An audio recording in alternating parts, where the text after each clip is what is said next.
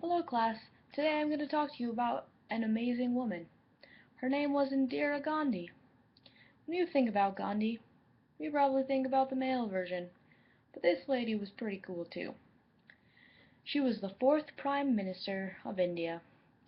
She was a very influential woman to all the people in India, especially because she was a woman being a Prime Minister. She began her term as Prime Minister in 1966 to 1977, and then again in 1980. She was the only woman who ever served as a Prime Minister in that time, which was pretty uncommon for India if you know anything about how India works.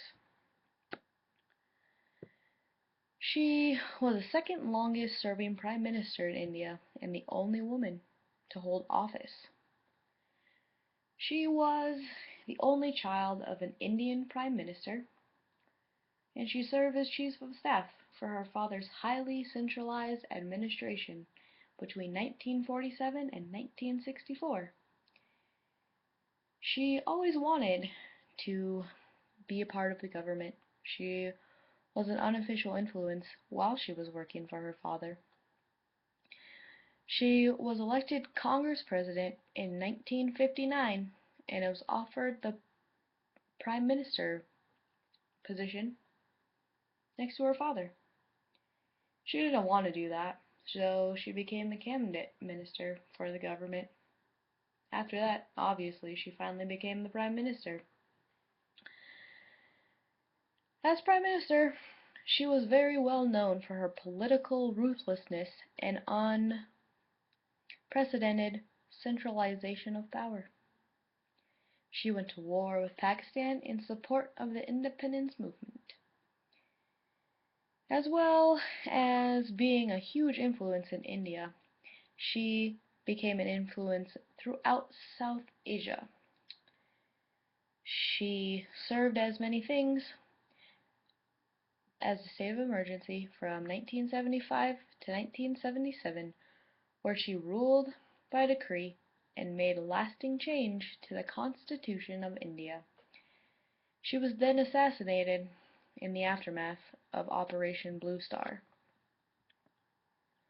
Operation Blue Star was an Indian military operation in June in 1984, ordered by the Prime Minister herself to control the complex buildings in India. It was a pretty interesting deal, if I do say so myself. She was a very interesting woman. In 2001, Gandhi was voted the greatest Indian Prime Minister in a poll organized by India Today. She was also named Woman of the Millennium in a poll organized by the BBC in 1999. Her life in India wasn't that great at first. Her dad worked really hard to be the Prime Minister of the Union, but he didn't get it for a while. She was only a child and she was very interested in the government, and she wanted to make things better because women in India were never given much. If you know anything about India, you've seen it on the TV and whatever. It was a pretty gruesome place back in the 1920s. She was born in 1917. She lived in Europe most of her life, where she got hit with the plague and ill health and was constantly attended by doctors. She had to repeat trips to Switzerland to recover, disrupting her studies. She was being treated by the famed Swiss doctor in 1940.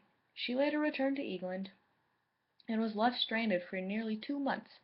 She managed to enter England in the early 1940s and from then on returned to India without completing her studies at Oxford. She later got an honorary degree in 2010 and she was honored at the University of Oxford.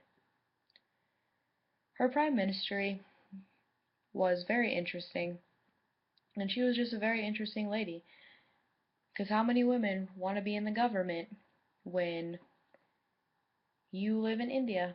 But she was a very influential woman and would definitely be worth reading her biography on.